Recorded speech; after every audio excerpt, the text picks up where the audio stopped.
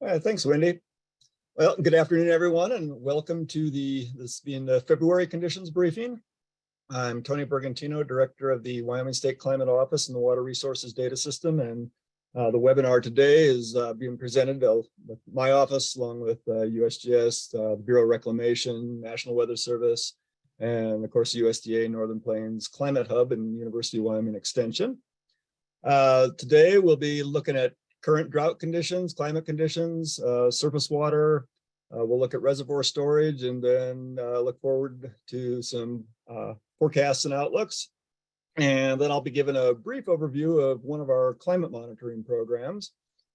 So we'll start off on the current conditions and the current U.S. drought monitor map. This came out this morning and shows where we are as of the 14th, this Tuesday. Continuing to see some improvements in many areas as the benefits of some of those recent snows are beginning to appear. A lot of improvement across the southern part of the state, with some areas over in here and down in this area improving by about two categories in the last 4 weeks since our last webinar. Unfortunately, one area over in Sweetwater County and then up here in Weston County starting to degrade a little bit. Both of them expansions of D2 or severe drought. This little blob here coming back, and then a push forward of this triangle further up north into Weston County. And here's the updated timeline showing percentage of Wyoming in each drought category since the beginning of the century, 2000. While it has declined, there's still some D3 or that extreme drought in Wyoming, and now D3 has been on this map in some part of the state for the last 135 weeks. Just over 44% of the state is in the D1 to D4 level, which is, those are the actual drought levels. That D0 or yellow that you're seeing on the chart there is not actually drought, but it's abnormally dry. Appears as a sort of a heads up that conditions are starting to deteriorate, or it shows up at the exit stage when an area is emerging from drought as well. That 44% is a decrease of I think it was a little over 3% from the last webinar. And this chart here is showing the entire state, but you can find similar graphs for your county from the link on the slide. And these are updated weekly, just after the drought monitor map is released. And again, that comes out on Thursdays. So these are probably about 9 o'clock in the morning. These are updated on Thursdays. Zoom in to narrow our focus a little, show conditions from the start of 2020 to present, to see some of the finer details of this latest drought period. Just under 1.3% of the state is in extreme drought now, which is a drop of almost 5% from the last webinar.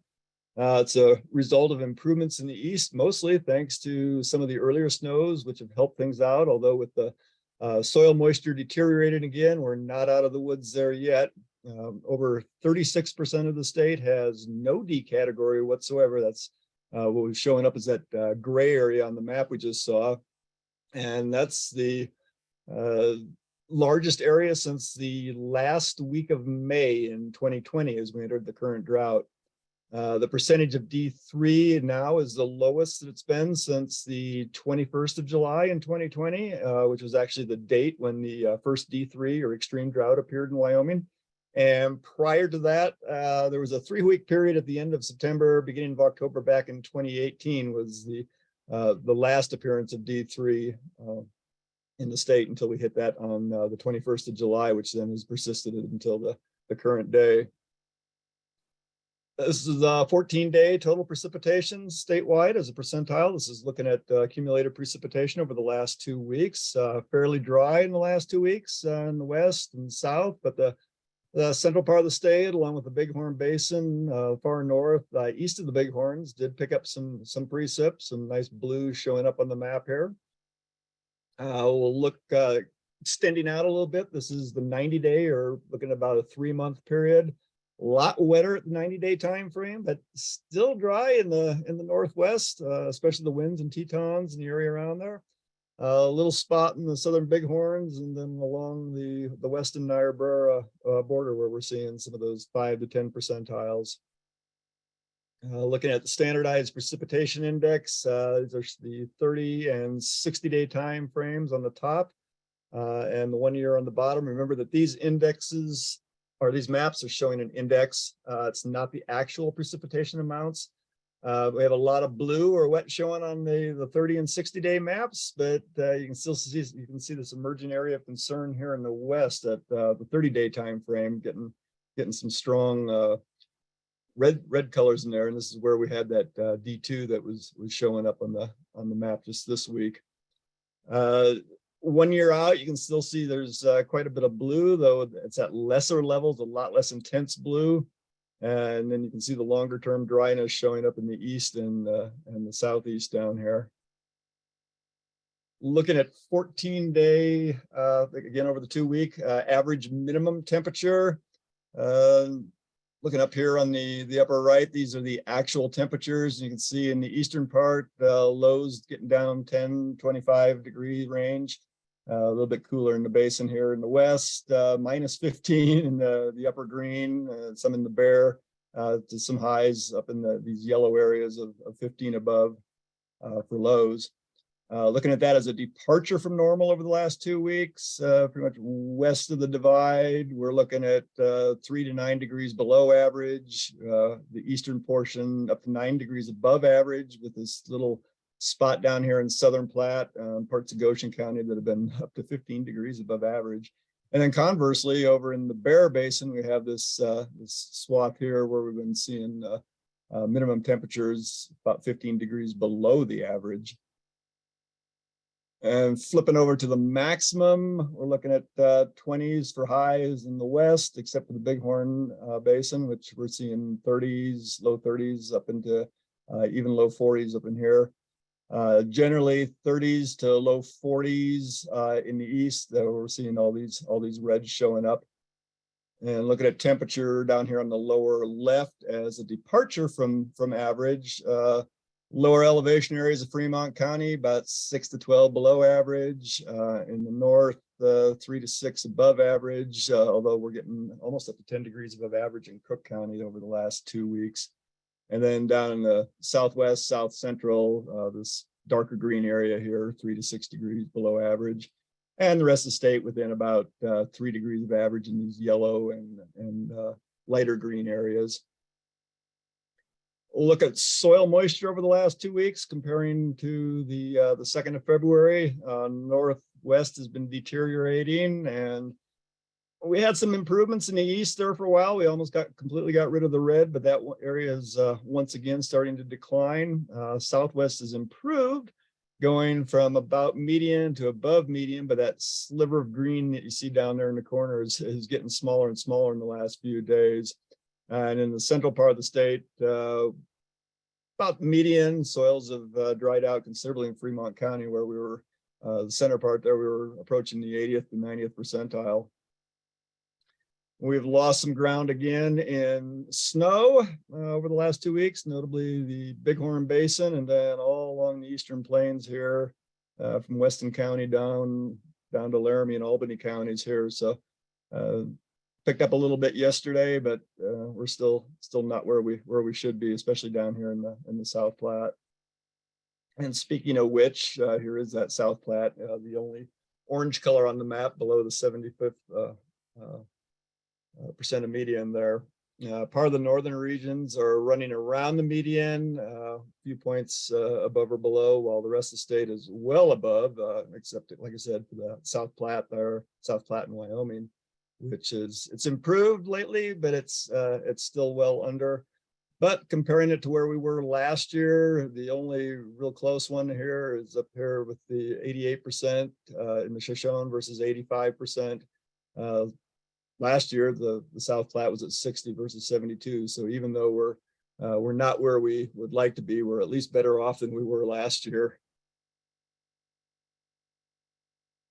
Yeah, this shows status of all basins with respect to median peak SWE, or snow water equivalent. And I have the data sorted by what the percentage of the median peak is now. We're starting to get to where these numbers have a little bit more meaning when making these comparisons. And these are different than the previous map. That map showed where we were in each basin compared to the median snow water equivalent for today.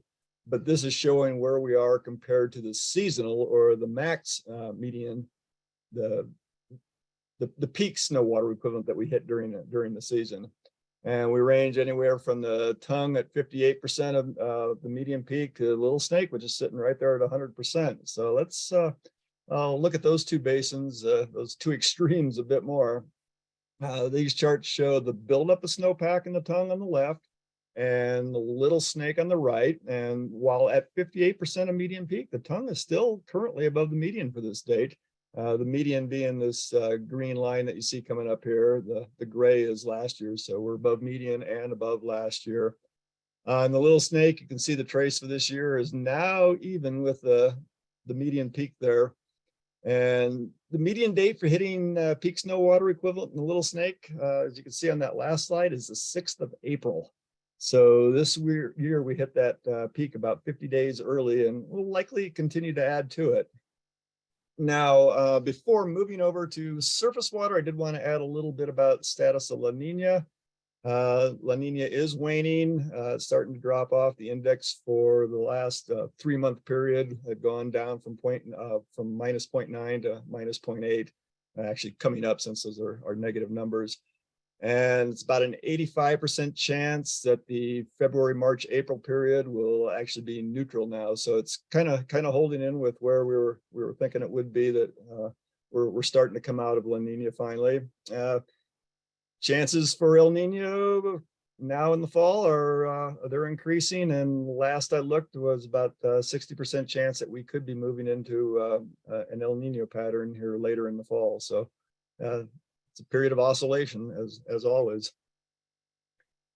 Now, USGS was unfortunately unable to present this month, so I'll briefly go over some of the surface water conditions as well. And as would be expected for this time of year, not a lot of excitement going on in terms of stream flow. While a lot of stations are shown with measurement flags, which is typical for these deep winter months when many of the stations are ice affected. And so of the reporting stations, there's quite a mix. Normal flows in the green, which means about 25 to the 75th percentile, which is quite a large range, but we do have a few on either side of that, some in the above normal in Yellowstone and the winds, but also some below normal scattered around the state in that orange color, and those are running about 10 to the 24th percentile. And then we do have one source thumb thicking out here in the Gros Ventre with which is at an all-time low. This one here in red. Look at two of these sites in a bit more detail. Okay. Let's see. The first will be the Wind River above Red Creek near Du Bois. It's currently above normal. Been flowing at a pretty steady rate since about the middle of November. Typically at the low point on the hydrograph this time of year, so things don't get too interesting, barring any ice jams. But so until we start the runoff in about 2 months or so, when we start to increase a little bit here, and then we'll take a look at that all-time daily low. Again, this is the Gros Ventre Kelly, and as you can see, we're nearing the low point in the hydrograph here as well. But unlike the Wind River that we just saw, this station has been steadily declining, going from above normal in early November, and then crossing through normal or this green range, and then going down here into the browns where we're currently bouncing. And to reservoirs, David will talk a little bit more about this, but there's only been a few changes on the order of about 5% over the last month, with some such as Palisades, Glendo, Guernsey going up, and Fontenelle did go down. Percentage-wise, the big change was Gray Reef going from 58 to 77%, although that's just a change of just under 350 acre-feet. So while the percentage is pretty dramatic, the actual amount is much less so. So now to talk more about these reservoirs and the expected operations is David Merrill with the Bureau of Reclamation, and I'll turn it over to David. Hi there. All right. I didn't realize this had submitted this. I was going to share my screen. Okay. As of February 13th, Seminole is 44% full, 80% average. Pathfinder is 33% full, 60% average. Alcova is 85% full, 100% average. Glendo is 55% full and 86% of average, and Guernsey is 32% full and 101% of average. Our current forecasts, our Seminole is 121% of average, Sweetwater is 150% of average, and Alcova is to Glendo is 104% of average. Next slide. Current water operations are almost normal for winter. 530 CFS out of Miracle Mile, 450 CFS, which is just below normal of 500 out of Gray Reef, 25 CFS out of Glendo, and nothing out of Guernsey. Next slide. Current reservoir conditions for the Bighorn. Buffalo Bill is 82% full, 97%. Bull Lake is 82% full, 97% of average. Buffalo Bill, 72% full, 110% of average. Boise is 80% full, 109% of average. And the forecast, prior slide. The forecast for Buffalo Bill is 90% of average, and Boise is 131% of average. Next slide. And that same for the Bighorn as the North Platte. We're in continue winter operations, 260 CFS out of Buffalo Bill, 900 out of Boise, and 25 out of Bull Lake. Any questions? All right. Thanks, David. Thank you. All right, and now Jared Allen with the National Weather Service over in Cheyenne is up next to talk about the forecasts and outlooks. Jared? Thanks, Tony. Appreciate it. Hey, everyone. Jared Allen here with the National Weather Service in Cheyenne, representing the 5 offices across the state. So on behalf of them, looking like a wet 7-day period coming up, which we are excited about. Good couple of storms we just finished off yesterday in the southeast part of the state. That we're going to be looking at a couple scattered snow showers this weekend. Not too bad. However, the wind is really going to start to ramp up this weekend and into next Monday. And then we're looking into next Tuesday and Wednesday, pretty much widespread snow across the vast majority of the state. So that's kind of where we're getting these really healthy numbers over the next week. So it's really going to be this weekend at mid next week where all these numbers and values come in. So this is the liquid water equivalent of the snow that we're anticipating. So up there in the northwest, in the Wind River Range, the Absarokas, the Wyoming Range, towards the Tetons, we might be looking at 2 to 3 inches of liquid water equivalent, which may equate upwards of 2 to 4, maybe even a little bit more feet of snow up that direction. Further to the south and in the Snowy Mountain Range and the Sierra Madre Range, also looking very healthy down there as well. And then across the mountain valleys, and then also just the high plains, also looking very good there too. So anticipated good amounts of moisture over the next 7-day period, with an active period very likely over the next week, maybe even 2 weeks, with the way that the models are trending. So if you want to go ahead to the next slide there, Tony, we'll take a look at the 6 to 10 day, both precipitation and temperature outlooks. Very much favored there on the left side for below normal temperatures across the vast majority of the state. That's some good deep dark blue. So favored, very strong signal for being on the cold side, with some good decent Arctic air coming from Canada and the Pacific Northwest over the course of this next week, 6 to 10 days out. And then on the right side, for the 8 to 10 and 8 to 14 day precipitation outlook, continued nice green, especially for the western part of the states. So again, those mountains are going to be looking pretty healthy over there on the west part for favored above normal precipitation values. So with what Tony has shared before with the snow water equivalents and how the snowpack looks right now, we did take a little bit of a break in early February, the past 14 days, but looks like this back half of February, we're going to start to pick up some additional snowpack and liquid water equivalent across the state. So if we go ahead one more really fast, we'll take a quick look at, again, the 8 to 14 days, continued favored below normal temperatures as we close out the rest of February into the beginning of March. So continued cold and continued on the wet side. So we'll continue to see how we build up that snowpack across the state and what we can then eventually do for the spring melts runoff season going forward. Which I'll have a note on the next slide here. So if we go forward one more, just in the long term, again, highlighting the risks across the northern United States, northwest part of the United States, which includes Wyoming, for high to moderate risks of very cold temperatures coming through that back half of February into the very beginning of March, with that blue square kind of in the upper left, and then that little inset further kind of towards the bottom middle is going to be the risk of heavy snow, certainly favored on the west side of the state, but very likely to get at least some good light to moderate snow across the vast majority of the state as well. So just kind of be on the watch and look out for increased snow, increased blowing snow, and potentially some good travel impacts over the next week, especially mid next week with the way things are trending at the moment. And then one last thing to highlight, we're still a little bit far out to get into the river flood outlook and the spring melt runoff component. However, by this time next webinar we have in March and especially April, we'll have a really good idea of the snowpack that we're going to be working with. Like say if we have a very dry March and maybe a dry April, then the current snowpack, if it melts out early, may not lead to too much flooding.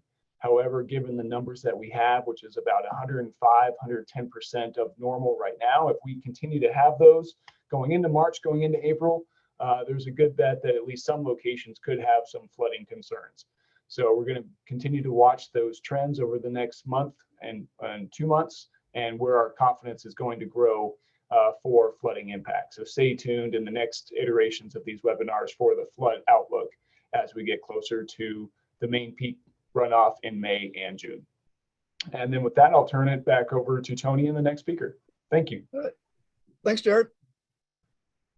And that brings it back to me. And this month, I wanted to talk a little bit about a project that you've heard some and seen the data for in these webinars, but I've never really gone into too much details about the project or the stations themselves. So I want to do a little bit of that today. This project is taking place in the upper Missouri River Basin and measuring soil moisture and snow, among many other parameters.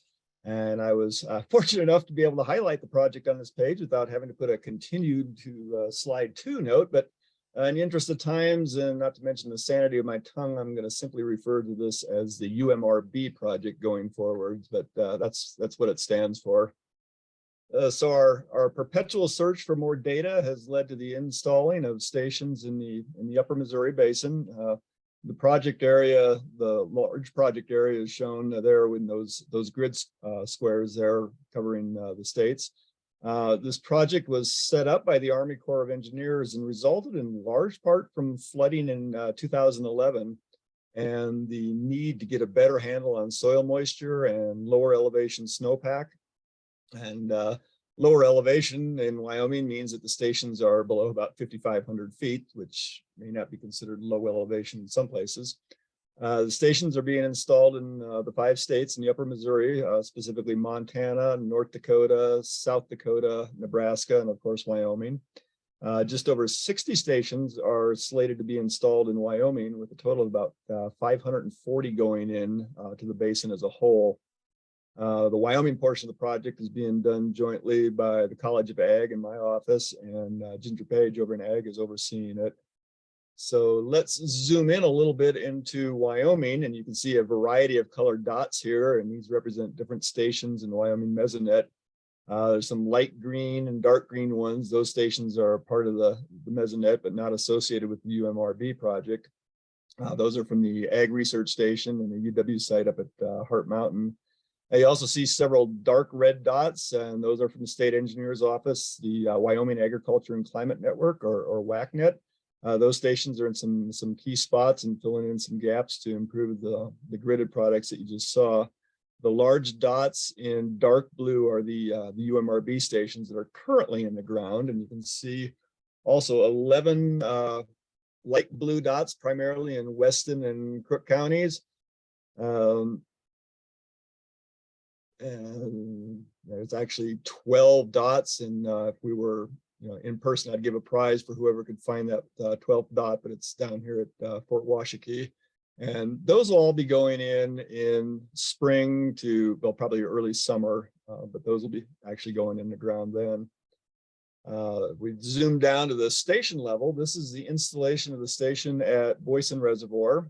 On the side here are all the sensors in place. We collect soil moisture and temperature at 5 depths down to a meter, or about 40 inches. Solar radiation, 2-meter temperature, pressure, relative humidity, or just some of the others. And one parameter that's not commonly collected at a lot of automated sites is snow depth. And we have all those, all the stations are having sonic snow depth sensors deployed at those as well. In addition to the requirements from the Army, we added 10-meter temperature along with soil temperature under bare ground. As you know, that bare soil temperature is good for spring for monitoring prior to planting.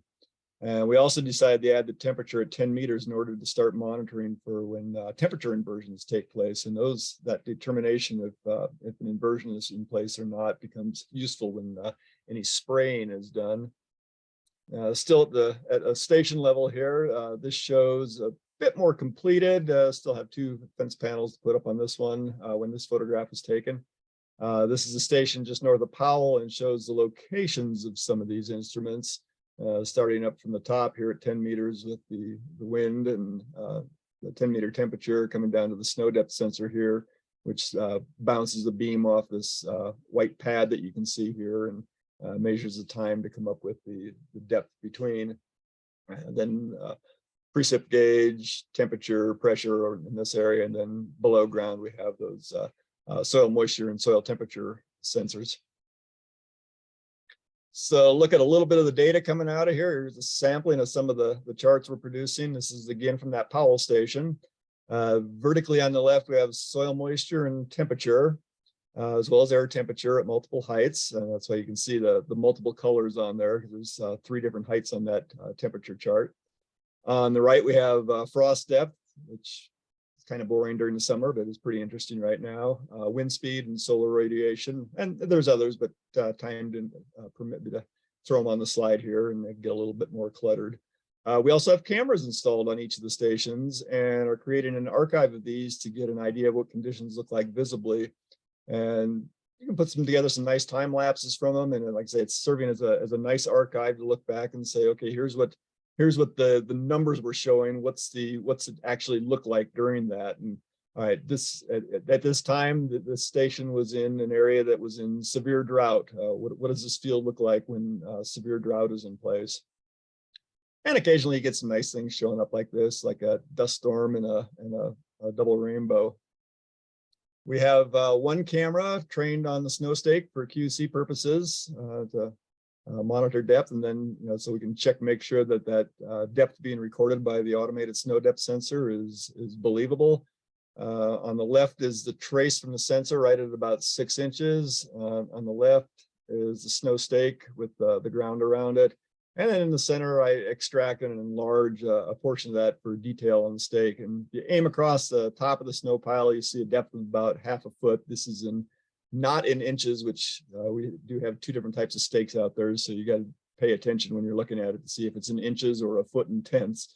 But this one is in tenths of a foot. So that 0.5, when you sort of eyeball it across there, does pretty well with the depth of 6 inches that we're getting from the sensor. And just 2 more photos, one from the Cowley station showing the full moon there on the left there just before moonset in December, and then one from the 11th of November, and that's at the Buffalo Bill Reservoir Station just before sunrise. Get some pretty nice views there. This is also at Buffalo Bill, and it was actually just taken 15 minutes prior to the one on the previous slide, and some passerby named Ansel someone or the other to ask if he could operate the camera, and he took that picture. And I occasionally get asked if we capture any wildlife, and he answers occasionally. And just here's a sampling of what we picked up from the cameras at various times. We've seen rabbit, raccoon, pheasant, mice, bugs, and pretty sure that one on the lower left or lower right there is an elk heading down toward the reservoir. And this is the homepage of the Wyoming Mesonet. And from here, you can get to each of the stations from all the stations in the network. Actually, you can see the state engineer's office, WACNet stations, the Ag Experiment, USDA, and some of the BLM stations there. And then at the bottom is the links to that snow depth page that I was showing. Has all the snow depth sensors sort of set up in a very similar fashion, where you can see the trace, the snow depth, the stake itself, and then a larger picture of the station.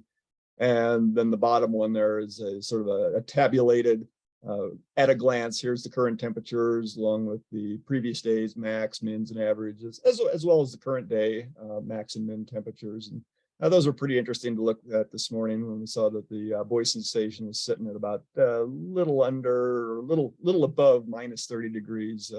I was pretty glad to be down here where it was only about minus 11. So with that, I will conclude today's webinar and thank the fellow presenters who you can see on this slide here, along with our contact information. Should any questions pop into mind after the formal Q&A is done and you think of something, you can get a hold of us. And just thank you for attending. And I'll now turn it over to Wendy to take us into Q&A. All right, thank you, Tony, David, and Jared for your presentations, much appreciated. And before we dive into the Q&A, I'll just remind you that you can type your questions in the chat as well as the Q&A option. So thanks again to our presenters and all of our attendees. I am going to stop recording today's session.